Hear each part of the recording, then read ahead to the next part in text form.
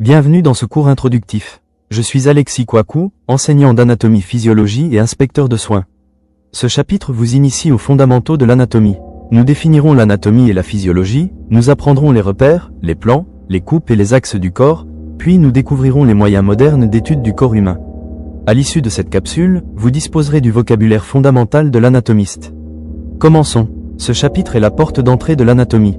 Avant d'étudier les organes et les systèmes, il faut maîtriser un langage commun, celui des repères, des plans et des axes. C'est ce vocabulaire universel que nous allons construire ensemble. Voici le plan de ce chapitre. 6 parties, les définitions, les repères anatomiques, les plans et coupes anatomiques, les axes du corps humain, les moyens actuels d'étude du corps, et enfin les exercices d'application. Chaque partie enrichit votre vocabulaire anatomique.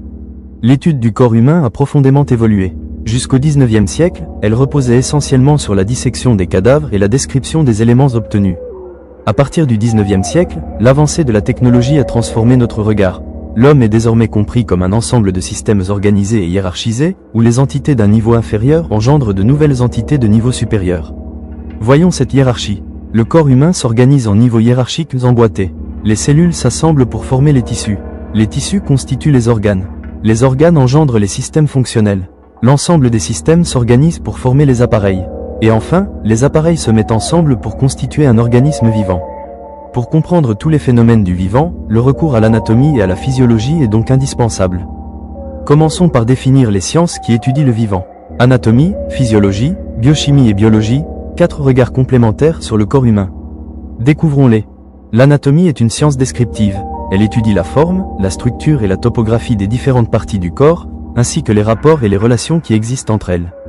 La physiologie, quant à elle, étudie le rôle, le fonctionnement et l'organisation mécanique, physique et biochimique du corps et de ses parties.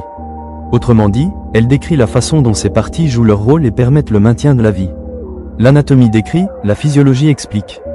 Poursuivons avec 2 sciences plus larges. La biochimie est la science qui étudie la vie au niveau moléculaire.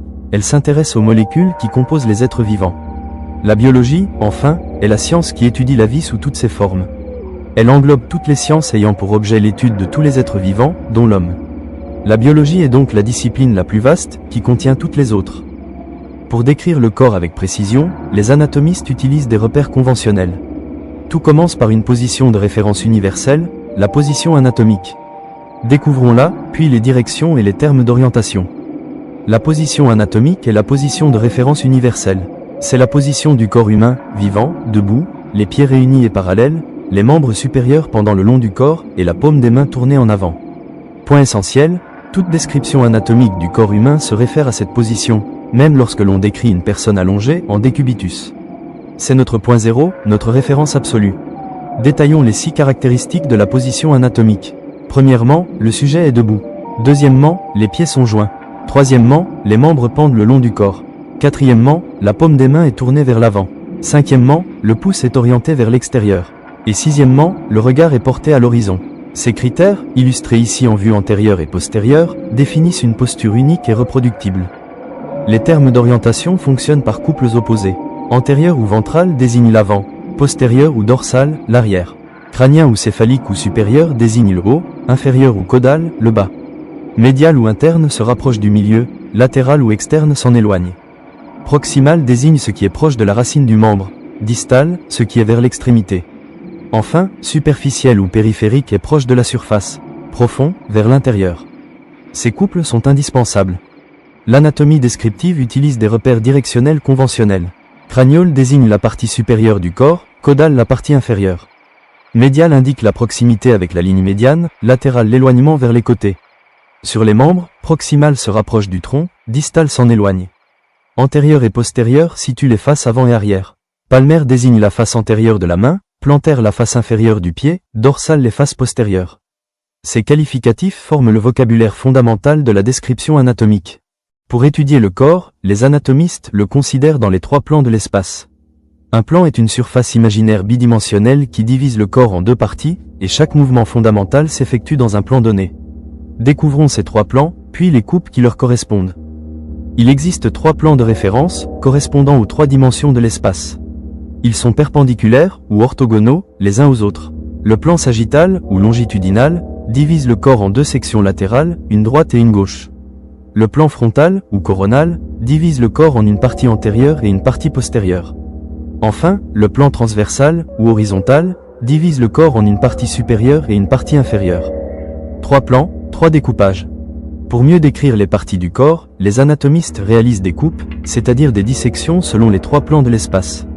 La coupe sagittale, réalisée dans le plan sagittal, divise le corps en parties gauche et droite. La coupe frontale, ou coronale, réalisée dans le plan frontal, sépare l'avant et l'arrière, le ventral et le dorsal. La coupe transversale, ou horizontale, sépare le haut et le bas, le cranial et le caudal. À chaque plan correspond donc une coupe. Les 3 plans mis ensemble décrivent des lignes imaginaires appelées axes. Ces axes sont donnés par l'intersection des plans 2 à 2, et c'est autour d'eux que s'effectuent les mouvements. Découvrons les 3 axes de référence du corps humain. Il existe 3 axes de référence.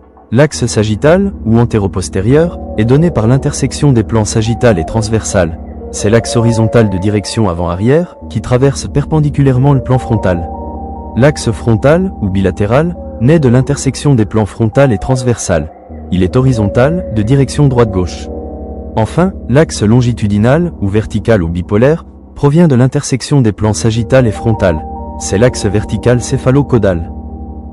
Ce tableau de synthèse relie chaque plan au mouvement qui l'autorise. Dans le plan sagittal s'effectue la flexion et l'extension, autour de l'axe frontal ou bilatéral. À la cheville, on parle de flexion plantaire et de dorsiflexion.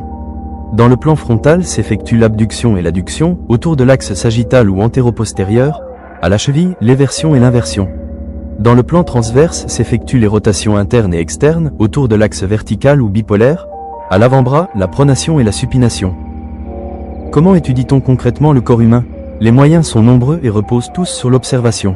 On les classe en 2 grandes catégories, les observations directes et les observations indirectes. Découvrons-les. L'observation directe utilise plusieurs moyens. L'inspection consiste à observer et décrire ce que l'on voit. La palpation explore par le toucher. La mensuration prend des mesures et des dimensions. La pesée étudie le poids des organes. L'auscultation met en évidence des bruits, comme les battements cardiaques. La percussion révèle si un organe est creux ou plein. La dissection, utilisée en chirurgie et en médecine légale, ouvre le corps. Enfin, l'endoscopie explore l'intérieur des organes creux par un instrument optique. Approfondissons 3 procédés essentiels en clinique. La percussion qui combine la palpation et l'auscultation permet de distinguer un organe creux d'un organe plein. Une cavité remplie d'air, comme le poumon, produit un son sonore, tandis qu'un organe plein, comme le foie ou la rate, donne une matité. L'auscultation met en évidence des bruits caractéristiques. Souffle vasculaire, murmure vésiculaire des poumons, battement du cœur. Enfin, l'endoscopie explore les organes. La gastroscopie pour l'estomac, la cystoscopie pour la vessie. L'observation indirecte fait appel à la technologie. On compte 6 moyens principaux. La radiologie, qui projette l'image du corps sur un film. La tomodensitométrie, ou scanner, qui analyse l'absorption des rayons par les tissus. La scintigraphie, qui utilise des substances radioactives. L'échographie, qui emploie des ultrasons. La résonance magnétique nucléaire, qui exploite un champ magnétique. Et enfin les techniques particulières, comme la microscopie. Détaillons les principales. Approfondissons 3 procédés. La radiologie se décline en 2 types. Sans préparation, elle observe les structures solides comme le squelette. Avec préparation, l'organe est imprégné d'une substance opaque aux rayons, la barite ou l'iode, pour étudier les organes creux. La scintigraphie injecte une substance radioactive captée par un organe précis, l'iode 131 pour la thyroïde, le sélénium pour les os, l'or radioactif pour le foie. Enfin, les techniques particulières incluent la microscopie, la corrosion par les acides et la diaphanisation à l'eau oxygénée. En conclusion, parmi toutes les créatures vivantes, l'homme, notre objet d'étude, est la plus évoluée. Il possède des caractéristiques remarquables, une organisation de base clairement définie, un appareil reproducteur remarquablement conçu et un cerveau d'une effroyable complexité. Par sa constitution et son fonctionnement, l'homme est capable de vivre, de s'adapter à son milieu et de renouveler ses réserves. Tout cela justifie le recours constant à l'anatomie et à la physiologie. Vous avez atteint la fin de ce chapitre sur les généralités anatomiques. Félicitations, retenez 4 points essentiels. Premièrement, l'anatomie décrit la structure, la physiologie explique la fonction. Deuxièmement, les repères anatomiques reposent sur la position de référence, les directions et les termes d'orientation. Troisièmement, le corps s'étudie dans 3 plans orthogonaux, avec leurs coupes et leurs axes. Quatrièmement, les moyens d'étude se partagent entre observations directes et indirectes. À présent les quiz, pour consolider vos acquis. Prenez votre cahier d'anatomie physiologie et un stylo à billes, installez-vous confortablement. Lisez attentivement les questions puis indiquez la réponse jugée juste tout en justifiant votre choix. Vous pouvez aussi notifier vos réponses en commentaire sur la chaîne YouTube. Bonne chance et à très bientôt pour une autre capsule vidéo.